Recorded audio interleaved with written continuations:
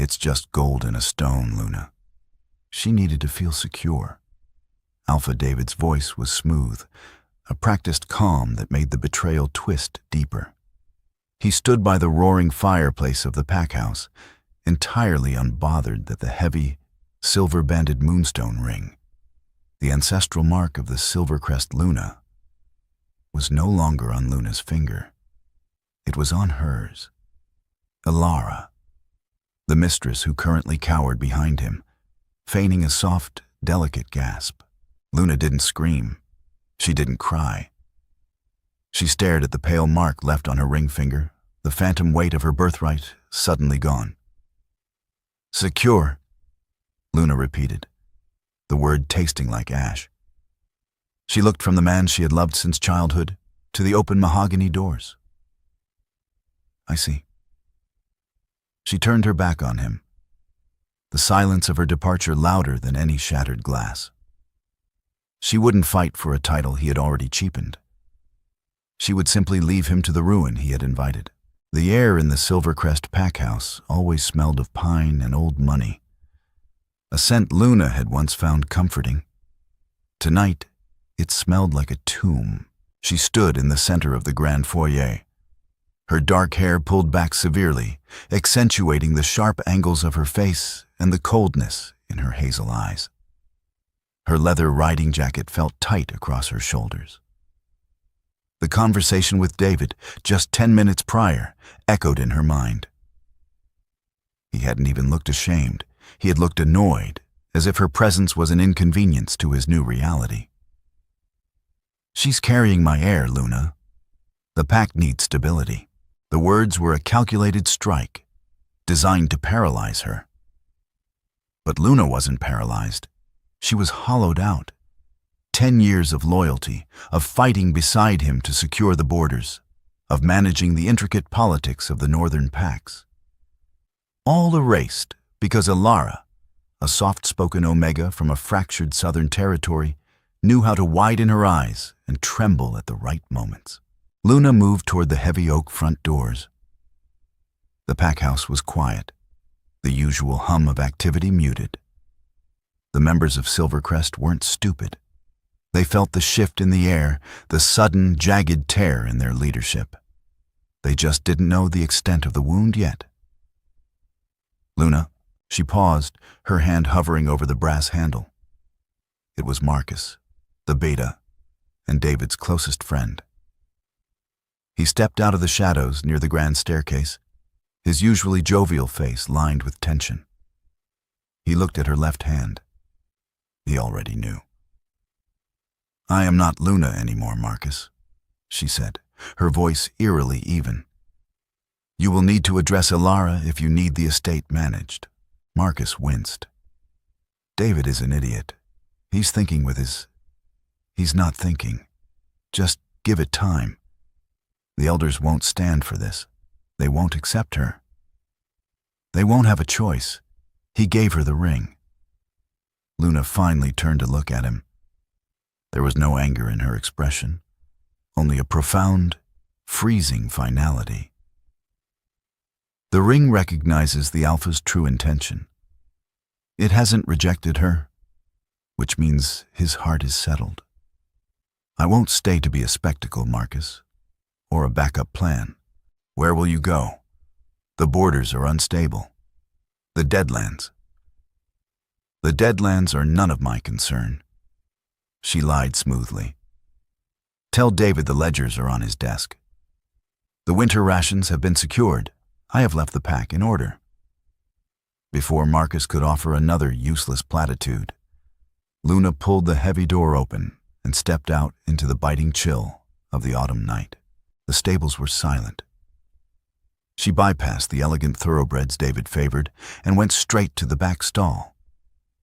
Midnight, a massive, ill-tempered black destrier, snorted and pawed the ground at her approach. They understood each other. She saddled him swiftly, her movements mechanical.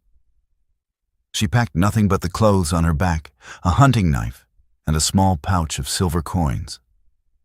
Leaving quietly was the only way to retain any dignity.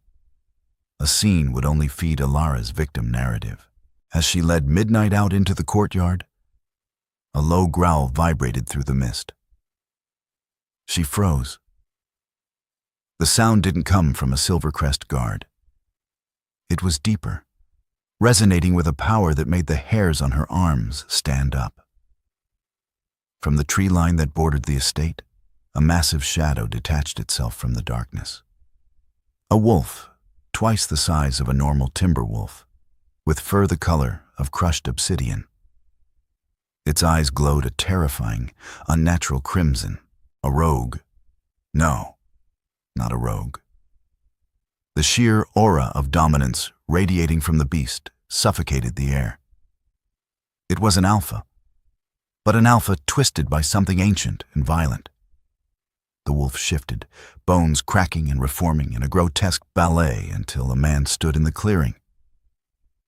He was impossibly tall, clad in dark, worn leathers that smelled of ozone and dried blood. His hair was long and unkempt, and his face was a harsh landscape of sharp jawlines and a cruel, mocking mouth. This was the king of the Deadlands, the Dark Alpha. The monster mothers used to frighten their pups. He didn't move toward her, merely stood blocking the main road out of the territory. Leaving so soon, little wolf? His voice was a gravelly rasp that seemed to echo inside her skull. The party is just getting started. Luna didn't back down. She gripped Midnight's reins tighter.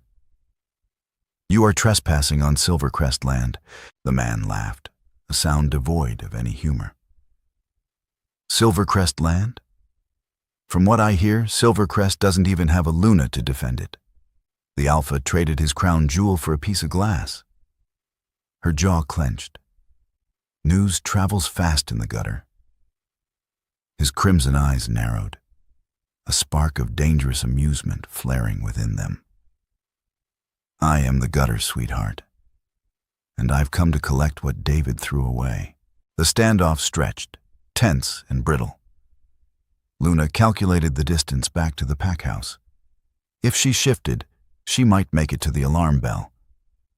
But shifting took time, and the Dark Alpha King, Kale, whispered rumors called him, was already too close. I am not an object to be collected, Luna said, keeping her voice steady. She subtly shifted her weight, making sure her hunting knife was accessible. Kale tilted his head, studying her with predatory intensity. No, you're not. You're a strategic asset, a master tactician who knows the defensive weaknesses of every pack north of the dividing river. And right now, you are angry, displaced, and entirely unprotected. I don't need protection. Everyone needs protection, Luna. Even those who pretend they are made of iron. He took a slow step forward, the crunch of gravel impossibly loud. David is a fool. He thinks his new bedmate will secure his lineage, but he has destabilized his entire region. The surrounding packs will smell weakness. They will challenge him before the first snow. Luna knew he was right. It was the very argument she had tried to make to David before he presented Alara to the pack. But hearing it from the monster of the Deadlands was jarring. Why do you care what happens to Silvercrest? She asked, her grip on the reins white-knuckled. I don't, Kyle stated flatly. I care about the chaos it brings to my borders. The Deadlands are a sanctuary for the exiled, the broken, the violent. When the northern packs go to war, the collateral damage bleeds into my territory. I prefer my domain orderly. The irony of the most feared alpha in the continent demanding order was almost laughable. But Luna didn't smile. And how does taking me help you maintain order? You will give me the strategic advantage. With you by my side, I can anticipate the northern pack's movements. I can dictate the terms of their inevitable war. He stopped 10 paces from her. The smell of him, smoke, damp earth, and raw power, was intoxicating and terrifying. In exchange, I offer you asylum, my protection, and the opportunity to watch David's empire crumble from a very comfortable seat. It was a devil's bargain. The Deadlands were a death sentence for most. But going back inside the pack house, enduring the sympathetic stares, watching Alara parade around with the moonstone ring, that was a slower, more agonizing death. I won't be your prisoner, Luna declared. You will be a guest, Kyle countered smoothly. A highly valued advisor, free to leave whenever you wish, provided you don't take my secrets with you. Luna looked back at the imposing structure of the Silvercrest packhouse. A single light burned in the Alpha's office. David was probably already drafting the announcement of his new Luna. He had discarded 10 years of history with terrifying ease. She turned back to the Dark King. I ride my own horse. A slow, wicked smile spread across Kale's face, revealing slightly elongated canines. I wouldn't have it any other way. He gestured toward the dense forest that marked the border of the Deadlands. After you, little wolf. Luna mounted Midnight in one fluid motion. She didn't look back at the packhouse again. She spurred the destrier forward, moving past Kyle and into the suffocating darkness of the trees. She felt his gaze burning into her back, a heavy, possessive heat that was entirely different from David's familiar dismissal. The journey into the Deadlands was brutal.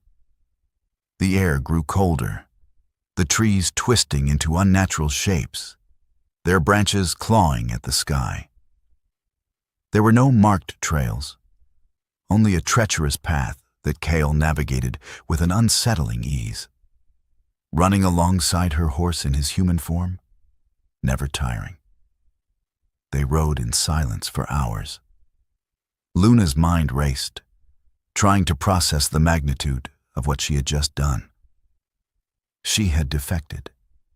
She was riding with the enemy. You're awfully quiet, Kyle remarked as the first hint of gray dawn began to bleed into the sky. I'm considering my options. You don't have many. He stopped suddenly, holding up a hand. Midnight balked, sensing the shift in the atmosphere. Luna reached for her knife. 3 wolves detached themselves from the surrounding brush. They were mangy, their eyes wild and desperate. Rogues. They didn't have the size or the aura of Kyle, but they were hungry, and they outnumbered them. Stay on the horse, Kyle ordered, his voice dropping an octave, becoming the monstrous gravel she had heard earlier. He didn't bother to shift. He simply moved. It was a blur of violence. He intercepted the lead wolf mid-leap, his hand wrapping around its throat with a sickening crunch. He threw the lifeless body into the trees before the other 2 even registered what had happened. The remaining rogues hesitated, fear finally piercing their hunger. Kyle's eyes bled to that terrifying crimson. He let out a low, rumbling growl that vibrated the very ground beneath them. The rogues whimpered, tucked their tails, and fled back into the shadows. Kyle wiped a smear of blood from his jaw, looking back at Luna with an unnerving calm. The Deadlands are not for the faint of heart. I am not faint of heart, Luna replied, her voice steady despite the adrenaline coursing through her veins. He held her gaze for a long moment, the bloody dawn casting harsh shadows across his face. No, he murmured, almost to himself. I don't believe you are. The Deadlands did not match the horrific fireside tales spun in the northern packs. There were no rivers of blood, nor fields of scattered bones. Instead, as the meager dawn finally broke through the dense canopy, Luna found herself staring at a landscape of brutal, untamed majesty. Huge, sheer cliffs of dark stone rose toward a slate-gray sky, and nestled within the natural curvature of the mountains was Kale's stronghold. It was a fortress carved directly into the living rock. There were no gilded gates or manicured rose gardens like those at Silvercrest. The Obsidian Citadel, as the Northern Elders called it in whispers, was built for survival and defense. Heavy iron portcullises hung above the main thoroughfare, and sentries paced the high walls, their silhouettes sharp against the waking sun. Expecting a pile of skulls? Kyle's raspy voice broke her concentration. He was walking beside her horse, his breathing perfectly steady despite having run through the night. I was expecting less architecture, Luna admitted, keeping her tone neutral. It is highly defensible. A natural bottleneck at the entrance, high ground advantage on all flanks. Impressive. Kale cast a sideways glance at her, the crimson hue in his eyes having faded to a striking, icy amber in the daylight. A compliment from the Silvercrest tactician. I should mark the occasion. As they crossed the threshold into the courtyard, the atmosphere shifted. Luna expected chaos from a territory supposedly filled with rogues and criminals. What she found was chilling absolute order. Wolves in human form paused their tasks to watch them pass. There was no whispering, no open hostility, but rather a profound, deferential silence. They bowed their heads, not out of fear, but a deep-seated respect. It was a stark contrast to the performative loyalty David commanded. Kale stopped at the base of the massive stone steps leading into the main keep. He offered a hand to help her dismount. Luna hesitated for a fraction of a second before taking it. His skin was rough, calloused from battle, and unnervingly warm. He didn't pull her down. He merely provided the anchor she needed to slide off Midnight's back smoothly. "Nix," Kale commanded, not raising his voice. From the shadows of the arched doorway emerged a woman. She was tall, built with the corded muscle of a seasoned fighter, her dark hair shaved close on one side. A jagged scar ran from her temple to her jaw. She looked at Luna with open calculation. "Take her horse to the stables, ensure it is fed, then prepare the western suite," Kyle instructed. Nix raised an eyebrow, her gaze lingering on Luna's fine leather riding habit, which was now dusted with ash and mud. "The western suite, Alpha? That's for dignitaries." "She is a dignitary," Kyle replied, his tone brooking no argument. "She is my guest. Anyone who forgets that will answer to me." Nix gave a sharp nod. "Understood." She took Midnight's reins, offering Luna a curt, assessing nod before leading the massive beast away. "She doesn't trust me," Luna observed quietly. "Nix doesn't trust anyone. It keeps her alive," Kale said, turning to walk up the steps. "Come, you need rest. The real work begins tonight." The interior of the citadel was warmed by massive hearths, the air smelling of wood smoke and roasting meat. Kyle led her up a winding stone staircase to a heavy oak door. Inside, the western suite was austere but comfortable. Thick furs covered a large bed, and a fire already crackled in the grate. A wide window offered a sweeping, dizzying view of the treacherous forest they had just traversed. "I will have someone bring you hot water and fresh clothes," Kale said, pausing in the doorway. He looked at her, his expression unreadable. "You're safe here, Luna. From David, from the politics, from all of it." "Nobody is ever safe from politics, Kale," she replied softly, stepping toward the fire to chase away the bone-deep chill of the ride. He offered a ghost of a smile. "Rest. We dine at sunset." When the door clicked shut, the silence of the room crashed down upon her. For the first time in 24 hours, Luna was entirely alone. She looked down at her left hand. The pale band of skin where the moonstone ring used to sit seemed to mock her. The betrayal finally clawed its way up her throat, tight and suffocating. But but she refused to cry. Tears were a luxury she could no longer afford. She was in the heart of the enemy's territory, and she needed her mind sharp. Morning at Silvercrest was usually a symphony of orchestrated activity. Today, the music was horribly off-key. David sat at the head of the long mahogany dining table, a half-empty cup of dark coffee in front of him. To his immediate right sat Alara. She was wearing a silk morning gown that looked beautiful, but entirely impractical for the brisk autumn chill of the north. More noticeably, the heavy silver and moonstone ring hung loosely on her delicate finger, looking heavy and absurdly out of place. "It just feels a little big, David," Alara murmured, twisting the ancient metal. "Perhaps we could have the blacksmith resize it." David stared at the ring. A strange flicker of unease curled in his gut. The ring had never needed resizing for Luna. It had settled onto her hand the day they mated, as if forged for her very bones. "No," he said, his voice sharper than intended. "You do not alter the ancestral ring. You will grow into it." Alara shrank back slightly, her lower lip trembling. "Of course, I'm sorry." Before David could offer a placating touch, the heavy dining room doors flew open. Marcus, the beta, strode in. His face was a mask of poorly contained panic. He didn't even acknowledge Alara, which made the young Omega bristle defensively. "David, we have a situation," Marcus said, his voice tight. "Can it not wait until after breakfast, Marcus?" David sighed, rubbing his temples. "No, Alpha, it cannot." Marcus leaned closer, lowering his voice, though the tension in the room made every word ring out.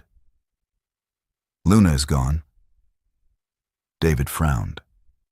"She threw a tantrum last night. She's likely sulking in the summer house on the eastern border. Give her a day or two. She knows her duty. She will come back and accept her new role." Marcus slammed a hand on the table, making the silverware rattle. Alara gasped. "She isn't at the summer house, David. I checked her quarters. Her riding leathers are gone, her hunting knives are gone, and Midnight is missing from the stables." David's arrogance finally faltered. Luna never rode Midnight for leisure.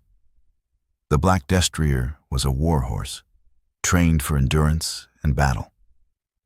"Send a tracking party," he commanded, standing up, the chair scraping loudly against the wood floor. "Find her and bring her back. She cannot wander the territory unprotected." "I already sent the trackers at first light," Marcus replied grimly. "They found her scent trail. And she didn't stay in the territory. She rode straight through the northern pass." Marcus swallowed hard, looking genuinely terrified. "She crossed the dividing river, David. She rode into the Deadlands." The dining room plunged into absolute silence. Alara let out a small, confused sound. "The Deadlands? But isn't that where the monsters are?" David ignored her, his mind racing. Luna was pragmatic. She was calculated. She wouldn't just commit suicide by riding into the territory of the Dark King. Unless... "The trackers found something else," Marcus continued, pulling a piece of heavy parchment from his jacket. He unrolled it to reveal a charcoal rubbing taken from the mud near the border. It was a paw print, but it was impossibly massive, dwarfing any timber wolf in the northern hemisphere. "That was found directly next to Midnight's hoofprints," Marcus said softly. "The tracks walked side by side. There was no sign of a struggle, no blood." David stared at the charcoal drawing, the blood draining from his face. "Kale. The Dark Alpha King came to our borders," Marcus confirmed. "And our Luna left with him." "She is not your Luna anymore," Alara shrilled, finally finding her voice, her hand covering the heavy ring. Both men ignored her. David gripped the edge of the table until his knuckles turned white. It was impossible. Luna hated the lawlessness of the Deadlands. She had spent years fortifying the borders against Kale's influence. Why would she go with him? He took her, David decided aloud, the delusion taking hold rapidly. He saw an opportunity while our guard was down, and he abducted her for leverage. David, Marcus warned, his voice low. The tracks. They walked together. I said he abducted her. David roared, his alpha aura flaring, forcing Marcus to bare his neck slightly in submission. Assemble the War Council. Send ravens to the eastern and western packs. Tell them the Dark King has breached our borders and stolen a high-ranking pack member. If Kyle wants a war, I will bring fire to his very doorstep. As David stormed out of the room, Marcus lingered behind. He looked at Alara, who was staring at the doorway with wide, frightened eyes, entirely out of her depth. Marcus shook his head slowly. David was blind. Luna hadn't been stolen. She had exacted the most flawless, devastating revenge possible without shedding a single drop of blood. The sun dipped below the jagged peaks of the Deadlands, casting long, bloody shadows across the courtyard of the obsidian citadel. True to his word, Kyle summoned Luna as the evening bells tolled.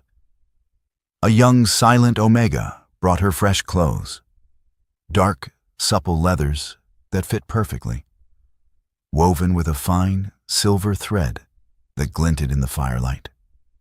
It was armor, disguised as attire.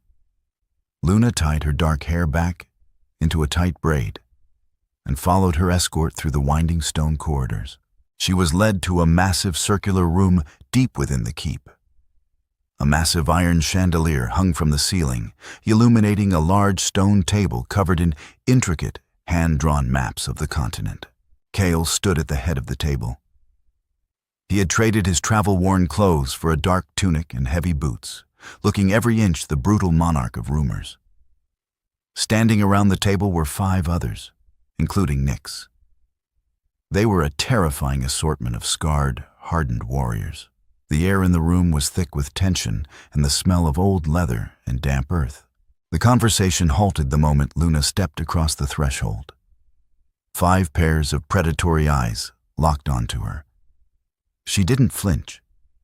She kept her chin high, her posture immaculate, projecting the absolute authority she had wielded for a decade. "You're late," Kyle noted, his tone flat, though his amber eyes held a flicker of amusement. "I was assessing the northern view from my window," Luna replied smoothly, walking toward the empty space at the table directly to Kale's right. "Your archers on the western tower leave a blind spot during the shift change at twilight." A low murmur rippled through the gathered commanders. Nyx bristled, her hand resting on the hilt of her sword. "We did not invite a Silvercrest spy into our war room to critique our defenses." "Enough, Nyx," Kale ordered gently. The room instantly fell silent.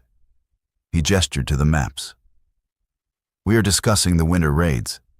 The eastern packs are hoarding grain near the dividing river. I intend to secure it before the snow locks the passes." Luna looked down at the map. It was incredibly detailed, showing topographies she thought only Silvercrest possessed.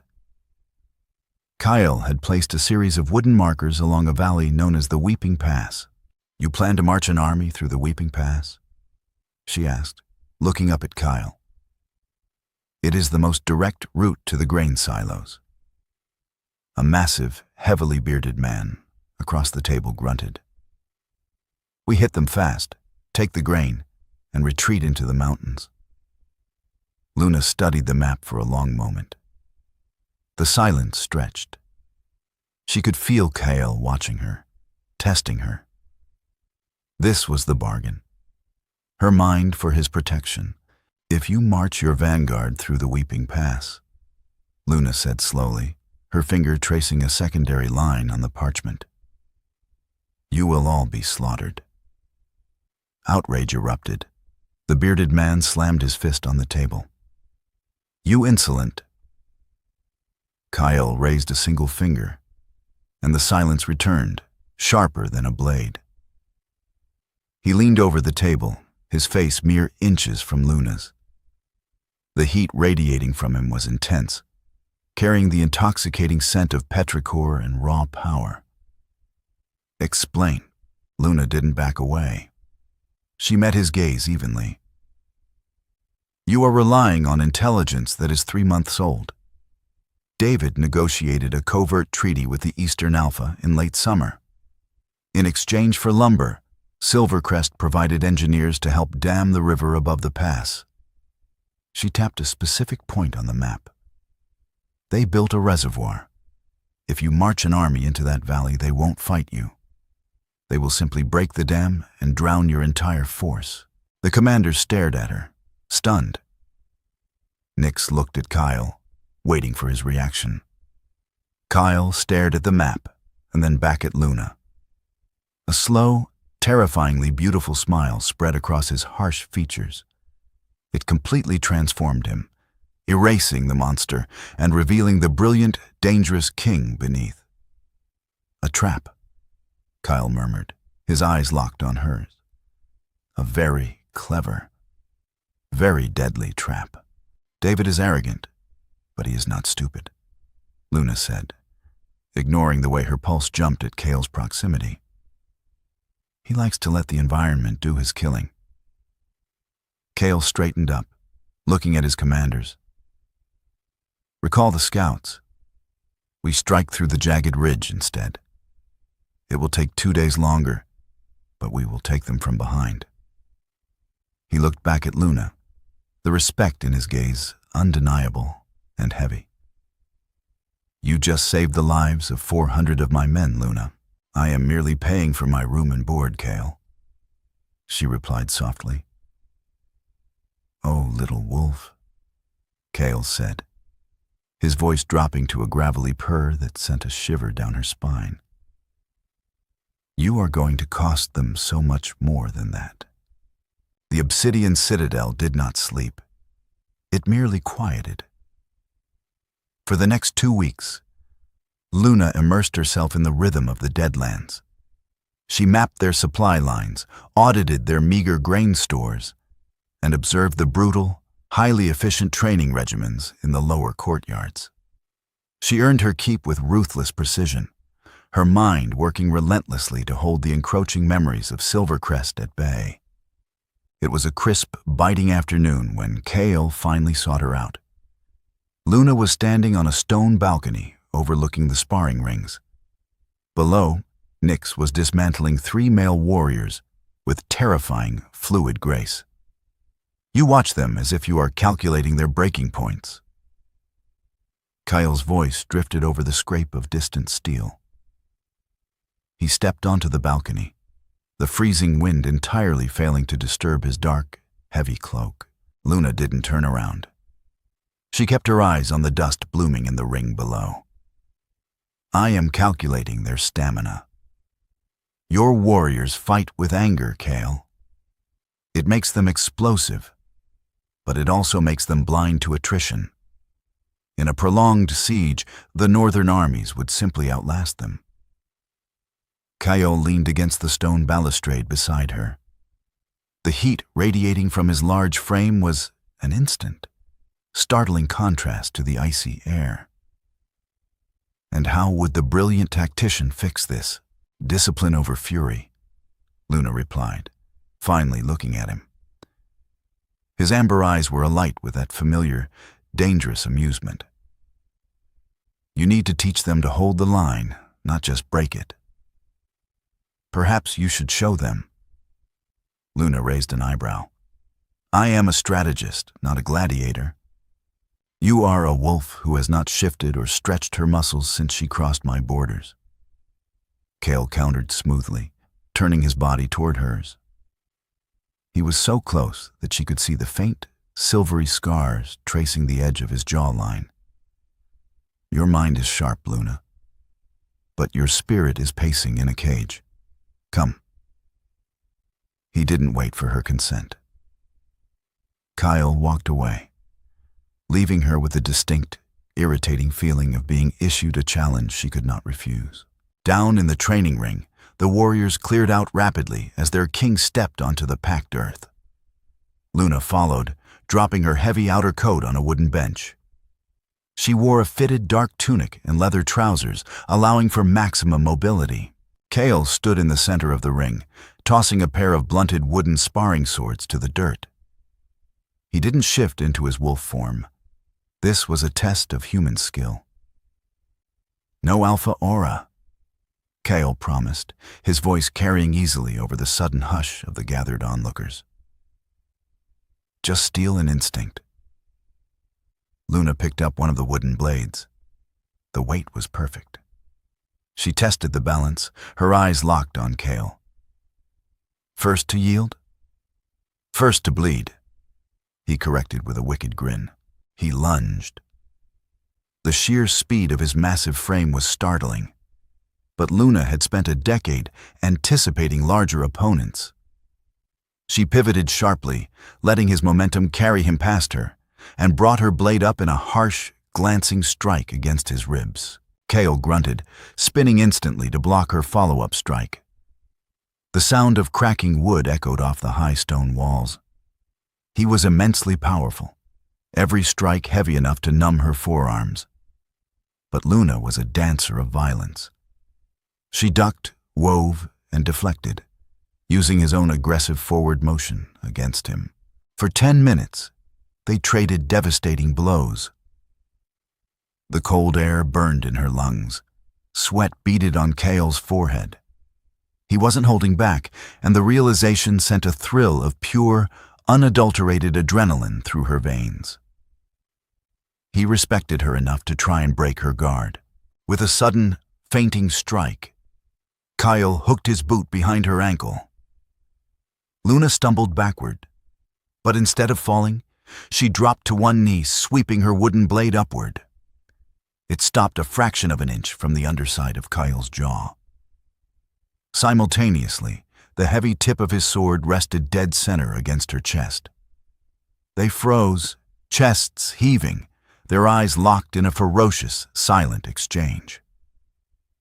The air between them crackled with an electric, breathless tension. Kale slowly lowered his sword. He didn't step back. Instead, he reached down, offering his hand. Luna looked at his rough palm, then placed her hand in his. As he pulled her to her feet, his thumb brushed deliberately over the pale, bare skin of her ring finger. The touch sent a shockwave straight to her core. "You fight like someone who has nothing left to lose," Kale murmured, his voice a low gravel meant only for her ears. "I fight like someone who plans to win," Luna corrected softly, her heart hammering wildly against her ribs. Kyle's amber eyes darkened to the color of burnt honey. He didn't let go of her hand. Good, because the war hasn't even begun. The grand meeting hall of Silvercrest was stifling. David paced the length of the polished oak floor, his boots echoing sharply against the heavy silence. Sitting at the long council table were the emissaries from the eastern and western packs. They looked thoroughly unimpressed. "Let me be clear," David said, his voice tight with suppressed rage. "The Dark King breached the dividing river. He abducted my Luna. This is an act of war, and treaties dictate that the Northern Coalition stands together." Lord Vance, the gray-haired emissary from the west, took a slow sip of his tea. "With all due respect, Alpha David, the intelligence we received tells a rather different story." David stopped pacing, his eyes narrowing. "What intelligence?" "The trackers," Vance replied, setting his teacup down with a delicate clink. "Rumors have a way of bleeding out of your borders. They say there was no struggle, no blood. The tracks indicated they walked side by side, willingly. Lies planted by Kale to divide us, David roared, slamming his fist onto the table. In the corner of the room, Alara flinched violently. She was seated in a high-backed chair that dwarfed her, wearing a stunning silver gown that seemed entirely too formal for a morning council. The ancient moonstone ring slid precariously up and down her finger as she wrung her hands. "David, please," Alara whispered, trying to offer a soothing smile. "Perhaps we should calmly discuss—" "Not now, Alara," David snapped, barely glancing at her. The emissaries exchanged a loaded look. The blatant disrespect shown to the woman wearing the Luna ring was not lost on them. Luna had commanded the room with a mere shift of her posture. This girl shrank into the upholstery at the first sign of raised voices. Alpha David, the Eastern emissary, a sharp-eyed woman named Torin, spoke up. "We are not sending our soldiers to die in the frozen passes of the Deadlands to retrieve a woman who chose to leave. Your domestic disputes are your own. She is a strategic asset," David argued, desperation creeping into his voice. "She knows the blueprints to every fortress north of the river. If Kale extracts that information from her, we are all exposed." "If she was such a vital asset," Vance noted dryly, standing up to adjust his heavy woolen cloak. "You should not have given her ancestral ring to your mistress in the foyer of your pack house." The silence that followed was suffocating. David's face flushed a deep, mottled red. "The coalition will not march on the Deadlands," Torin finalized, also rising from her seat. "Secure your own borders, Alpha David. We will be fortifying ours. Good day." As the emissary swept out of the room, David collapsed into his chair, burying his face in his hands. His empire was fracturing. He had expected outrage, solidarity, a righteous march to reclaim his stolen property. Instead, he was facing isolation and a profound, humiliating rejection. Alara slowly approached him, reaching out to touch his shoulder. "David, we don't need them. We have each other. We can build our own legacy." David looked up at her. For the first time, the soft, wide-eyed innocence that had so thoroughly captivated him merely looked foolish. He looked at the heavy silver ring on her delicate hand. It looked like a shackle. "Get out," he whispered. Alara blinked, tears welling instantly. "What?" "I said get out," he shouted, his alpha aura flaring so violently that the glass panes in the windows rattled. Alara sobbed, hiking up her heavy skirts, and ran from the room. Marcus, who had stood silently by the door the entire time, let out a long, slow breath. He stepped forward. "Alpha, the pack is restless. The elders are demanding a formal explanation. Tell them nothing," David commanded bitterly. "Tell the border guards to double their patrols. If Kale steps 1 foot out of the Deadlands, I want his head on a pike." Marcus gave a stiff bow and turned to leave. As he walked down the dimly lit hallway, his mind raced. David was descending into madness, fueled by pride and a fatal miscalculation. Silvercrest would not survive the winter if this continued. Marcus ducked into his private study and locked the door. He walked over to his desk, pulling out a small piece of uncrested parchment. He dipped a quill in ink and began to write, his hand trembling slightly. It was treason. The penalty was death. But if he wanted to save the pack, he had only one choice. He had to contact the true Luna. A fierce storm battered the obsidian citadel, hurling sleet and freezing rain against the heavy glass windows. Deep inside the keep, in Kale's private war room, a massive fire roared in the hearth, casting long, dancing shadows across the stone walls. Luna sat in a leather wingback chair, staring into the flames. A glass of dark, spiced wine rested untouched in her hand. Kael sat across from her, his long legs stretched out toward the heat, idly turning a silver coin between his long fingers. The silence between them was not uncomfortable. It was heavy with unspoken things, a thick, magnetic pull that had been growing since their bout in the training ring. "You look troubled, little wolf," Kyle observed, his raspy voice breaking the quiet. "I am merely thinking about the snowpack." Luna lied smoothly. "If the passes freeze early, your supply lines to the western outpost will be cut off." Kyle let out a soft chuckle. Always the tactician.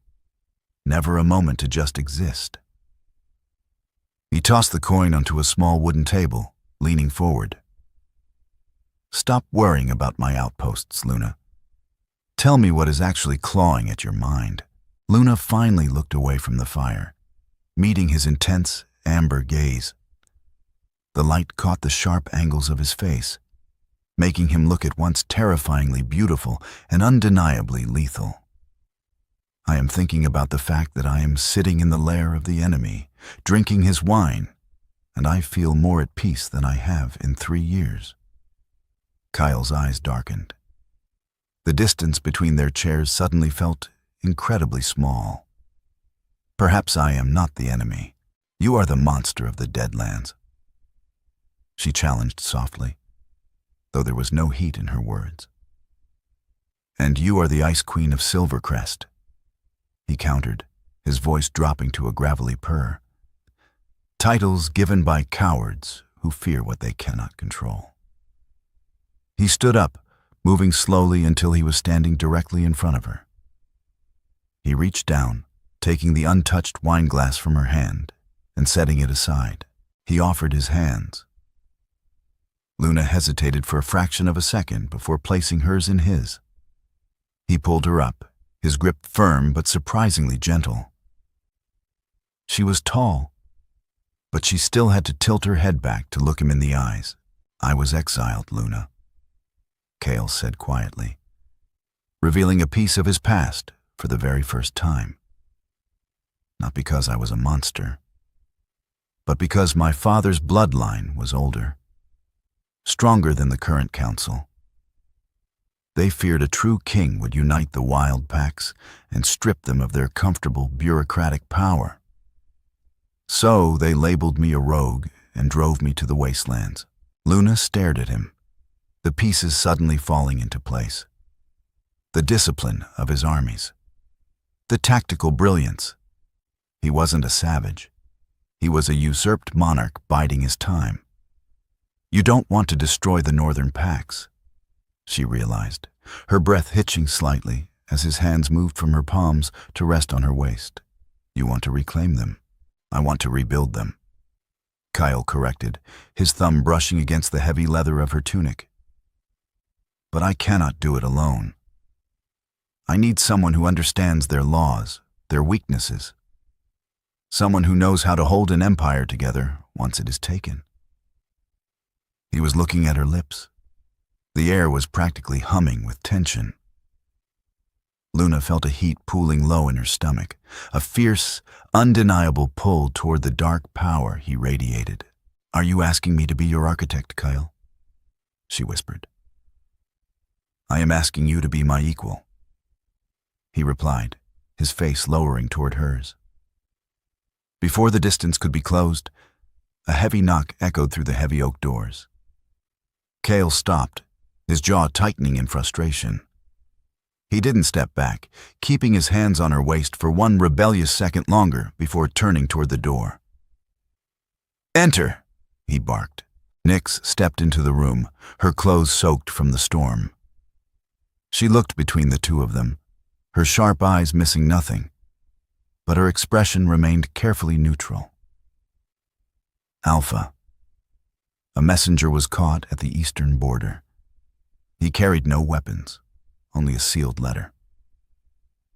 "Burn it," Kale ordered dismissively. "I have no interest in David's desperate threats." "It is not from Alpha David," Nyx corrected, holding out a small, damp roll of parchment. And it is not addressed to you. Nyx walked forward and offered the parchment directly to Luna. Luna frowned, taking the letter. She recognized the wax seal immediately, even though it was pressed without a crest to avoid detection. It was a precise, perfectly round drop of black wax. "It's from Marcus," Luna said softly, breaking the seal. Kyle crossed his arms, his aura flaring slightly with possessive irritation. What does the beta of Silvercrest want with my guest? Luna unrolled the parchment. Her eyes scanned the hurried, cramped handwriting. As she read, the warmth from the fire seemed to vanish, replaced by a cold, harsh reality. She looked up at Kyle, her expression hardening back into the impenetrable mask of a leader. David has lost control of the council. The coalition has abandoned him, Luna said, her voice devoid of emotion.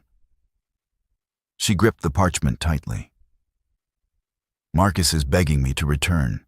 He wants me to stage a coup and take the pack from David before the winter destroys them." The parchment trembled ever so slightly in Luna's hands. The firelight dancing in Kale's private study seemed to dim against the cold, hard reality of Marcus's desperate plea. Silvercrest was dying. The pack she had bled for, negotiated for, and sacrificed her youth to protect was unraveling under David's frantic, ego-driven mismanagement. "He wants you back," Kale stated, the low rumble of his voice breaking the heavy silence. He had stepped away from the window and was now standing dangerously close.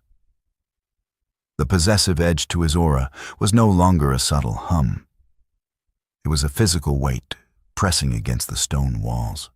He wants his brilliant architect to return and shore up the crumbling foundations of a house that threw her out in the cold. Luna didn't look up immediately. She traced the cramped ink of the beta's handwriting. "The elders demand a deposition. David is erratic. The eastern borders are entirely exposed. Come back, Luna. Take the pack." "Marcus does not want me to save David," Luna corrected softly, her voice remarkably steady. "He wants me to overthrow him, to use the elders' panic to strip David of his title and claim the alpha seat myself." Kale's amber eyes narrowed, studying her profile with intense, burning scrutiny. "And will you?" Luna finally turned her head, meeting the gaze of the Dark King. The distance between them was practically non-existent now. She could feel the ambient heat of his large frame, could smell the sharp, intoxicating scent of pine, wood smoke, and raw, untamed power. For a decade, she had defined herself by her usefulness to another man. She had been the shield, the diplomat, the silent force behind the throne. She looked down at the parchment. With a slow, deliberate motion, she turned and tossed it directly into the roaring hearth. The flames eagerly devoured the dry paper, curling the edges until Marcus's desperate treason was reduced to gray ash. "I have no interest in ruling the ashes of David's mistakes," Luna said, the conviction in her tone ringing like struck silver. She stepped fully into Kyle's space, tilting her head up to hold his gaze. "Silvercrest chose their path the night they let me walk out of the foyer without a word of protest. I am not a bandage to be applied when they begin to bleed." Kale's breath hitched, a minute betrayal of his iron control.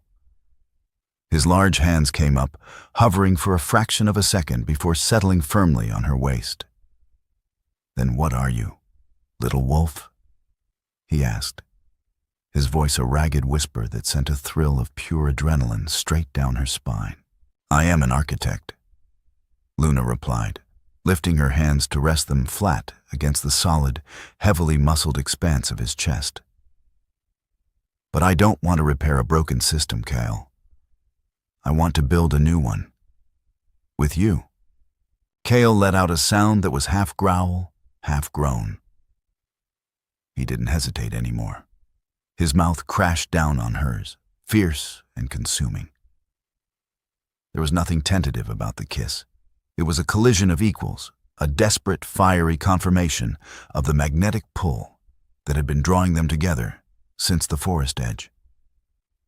Luna kissed him back with equal ferocity, her hands sliding up to tangle in his dark, heavy hair. It felt like standing at the center of a storm and finally realizing she was the lightning.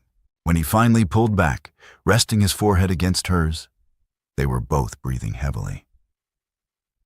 "We ride at first light," Cale promised, his thumb tracing the curve of her jaw. "Not to wage war, to answer the door."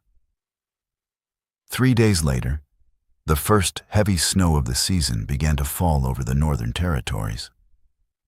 It coated the sprawling, manicured lawns of the Silvercrest estate in a layer of pristine white. The heavy iron gates of the packhouse were firmly shut, but the guards on the watchtowers were completely silent. They did not raise the alarm.